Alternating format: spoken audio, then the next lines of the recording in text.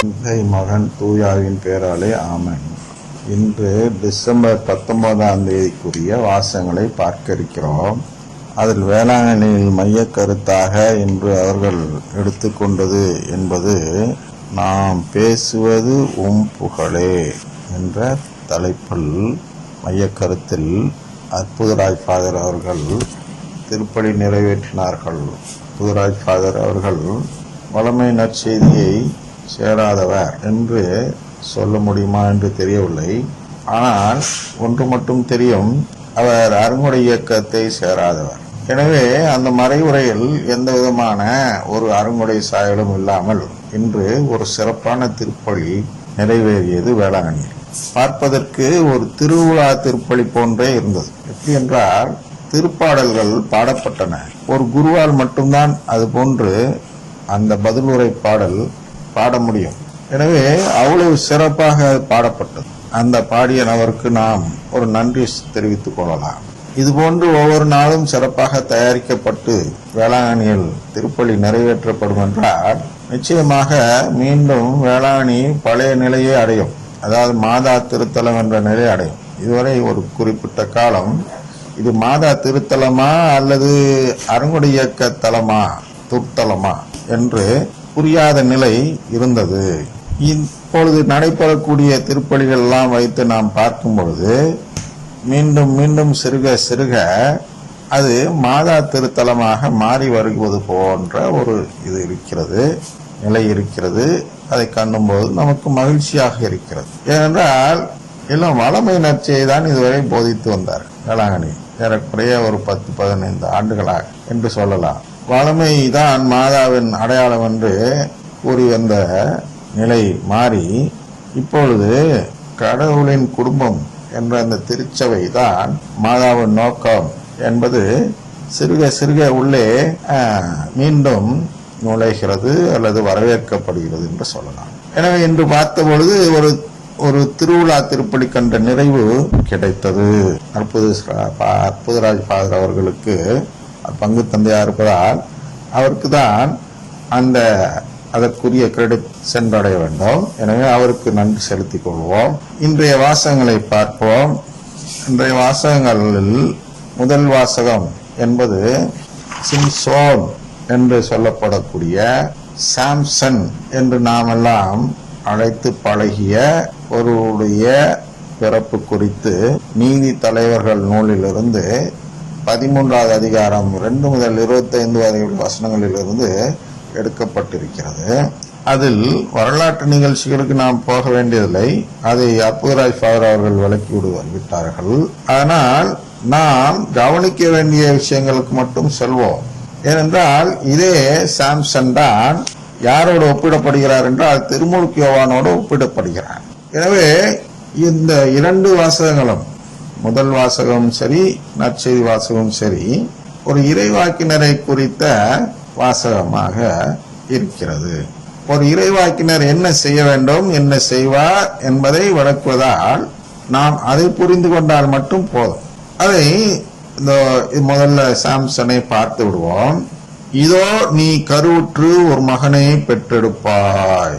ஆகவே நீ திராட்சை ரசமோ மது பானமோ அருந்தாதே, தீட்டான எதையும் உண்ணாதே. ஏனெனில் பையன் பிறந்த நாள் முதல் இறக்கும் நாள் வரை கடவுளுக்கென நாசீராக இருப்பான். அது என்னையா நாசீர் என்று பார்க்க வேண்டும். நாசீர் என்ற வார்த்தை தமிழில் இல்லை. அநேகமா தமிழ் அகராதியில் தேடினால் கூட இருக்காது. அதனால் நாம் ஆங்கில வார்த்தையை எடுத்து பார்க்க வேண்டும். ஆங்கில வார்த்தையை எடுத்து பார்க்கும்போது அது எப்படி உச்சரிக்கப்படுகிறது என்றால் நாசரைட் என்று உச்சரிக்கப்படுகிறது என்று பார்க்கிறோம். அப்ப இதன் அர்த்தங்களை நான் வாசித்து காட்டுகிறேன். அப்பொழுதுதான் அதை நான் விளக்க முடியும். என்னாகவும் 6 என்று எண்ணிக்கை நூல் என்று இப்போது சொல்கிறார்கள் என்று நினைக்கிறேன். அந்த எண்ணாகமம் 6 எடுக்கப்பட்ட விளக்கம் என்று கொடுக்கிறார்கள். An Israelite who was consecrated to the service of God under vows to abstain from alcohol, let the hair grow and avoid defilement by contact with dead bodies. இதான் எண்ணிக்கை நூலில் ஒரு நாசீராக இருப்பவருக்கு கொடுக்கப்படும் வரையறை அல்லது விதிமுறைகள் ஆகும். எனவே இதில் நாம் என்ன தெரிந்து கொள்ள வேண்டும் என்றால், இந்த ஏன் இப்படி சில விதிமுறைகள் வைக்கிறார்கள் பாருங்க.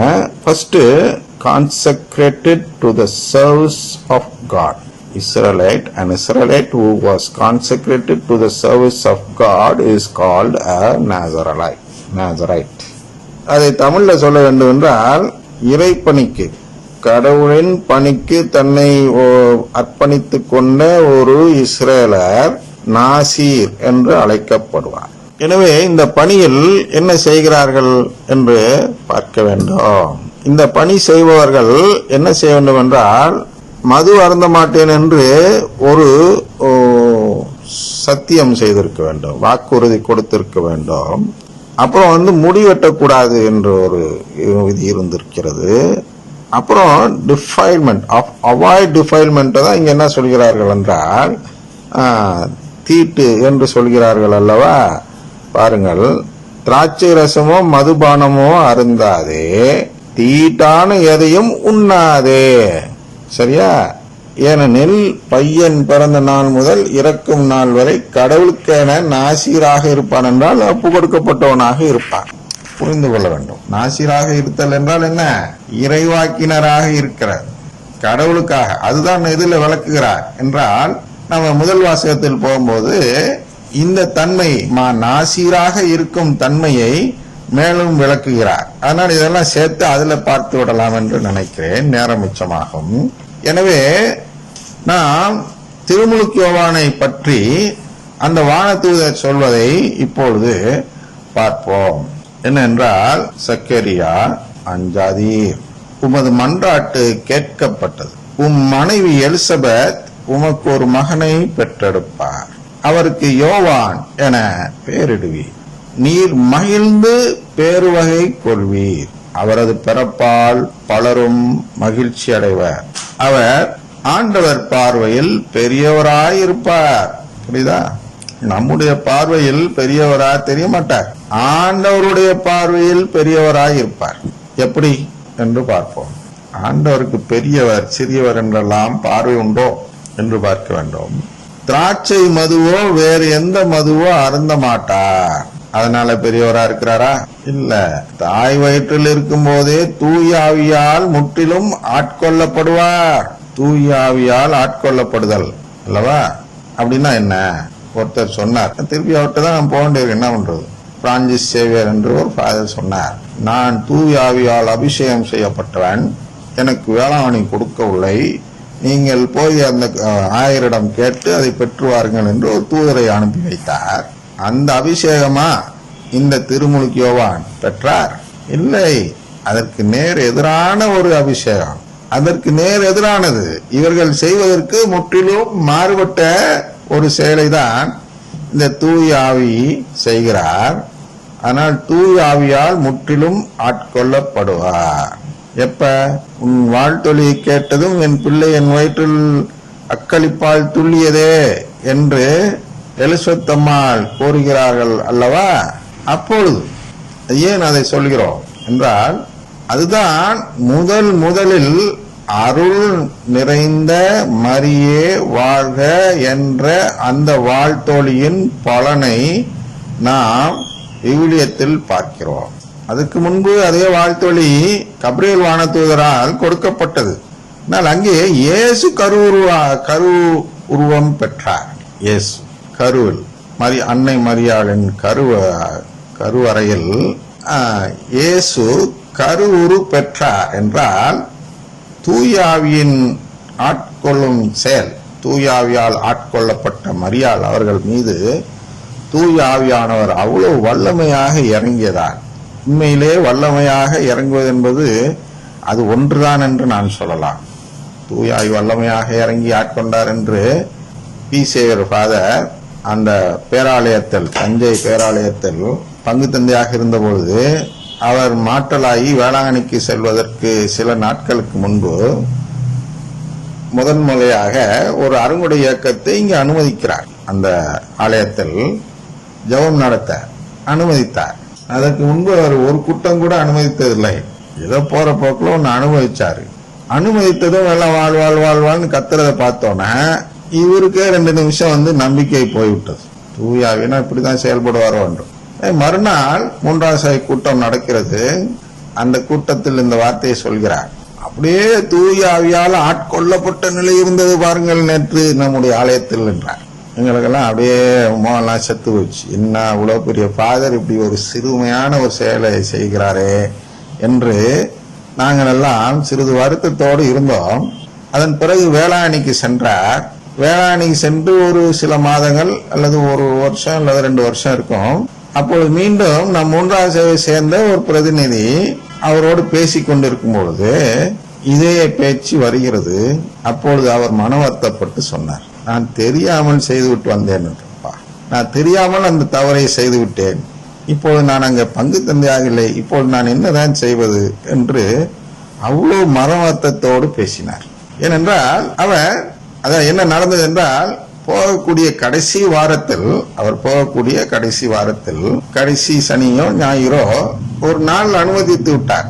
அதன் பிறகு என்ன செய்தார்கள் தெரியுமா? அடுத்து வந்த பங்கு தந்தையிடம், எங்களுக்கு பாரம்பரியமாக இதை நடத்தி கொண்டு வந்துட்டு இருக்கிறோம், ஒவ்வொரு மாதத்தின் முதல் ஞாயிறும் இதை நடத்தி கொண்டு வந்திருக்கிறோம், அதுதான் பங்கு தந்தை அனுமதித்திருக்காரு, இதை நீங்கள் நிறுத்தக்கூடாது என்று சொல்லி அடுத்த பங்கு தந்தையிடம் அனுமதி வாங்கிவிட்டார். அதை கேள்விப்பட்டதும் அவர் சொன்ன வார்த்தை இதுதான். ஏன் அந்த நிலையில் 3ஆம் சபை பிரதிநிதியோடு பேச வேண்டிய சூழ்நிலை வந்தது என்றால், இது போன்று சில நிகழ்ச்சியின் சீடிக்கள் என்று குறுந்தகடுகள் என்று சொல்கிறார்கள் அல்லவா, அதை அவரிடம் யாரோ தந்திருக்கிறார்கள். நாம் பேசியதை, 3ஆம் சபையினர் பேசிய நிகழ்ச்சிகளை, நடத்திய நிகழ்ச்சிகளின் நகலை அவரிடம் யாரோ ஆயர் போன்றவர்கள் தந்ததன் காரணத்தால் அவர் அதை போட்டு பார்த்து கேட்டுவிட்டு அவரே அழைத்து பேசுகிறார். என்ன பேசுவதற்காக அழைத்தார் தெரியுமா? இதுல அவ்வளவு கருத்துக்கள் இருக்கின்றன. ஆனால் யாரையும் நீங்கள் தொடர்ந்து ரொம்ப நேரம் கேட்க சொல்லாதீங்க. ஒரு நாளைக்கு ஒரு 10 நிமிஷம் கேட்டா போதும். அந்த 10 நிமிஷத்தை ஒவ்வொரு நாளும் தியானிக்க சொல்லுங்க. அப்பதான் இதோட கனி அவர்களுக்கு சேரும். ரொம்ப நிறைய ஸ்டப் இருக்கிறதுனால ஒரே நேரத்துல இதை கேட்க முடியாது. அதனால என்னுடைய வேண்டுகோள், நீங்கள் இது போன்று இனிமேல் யாருக்காவது இதை கொடுத்தீர்கள் என்றால் 10 நிமிஷத்துக்கு மேல கேட்க வேணான்னு சொல்லி கொடுங்க. அப்பதான் அவங்க தியானிச்சு கேட்க முடியும், அதை கடைபிடித்து வாழ முடியும் என்று சொல்வதற்காக நம்மை அழைத்தார்கள். நம்ம என்றால் 3ஆம் சபையை சேர்ந்தவர்கள். அவருக்கு மிகவும் பரிச்சயமான அல்லது மிகவும் பேசுவதற்கு எளிமையான நிலையில் இருக்கக்கூடிய அவர்களை அழைத்து அது போன்று சொன்னார். அவர் திருச்சபையின் மீது அக்கறை உள்ளவர்.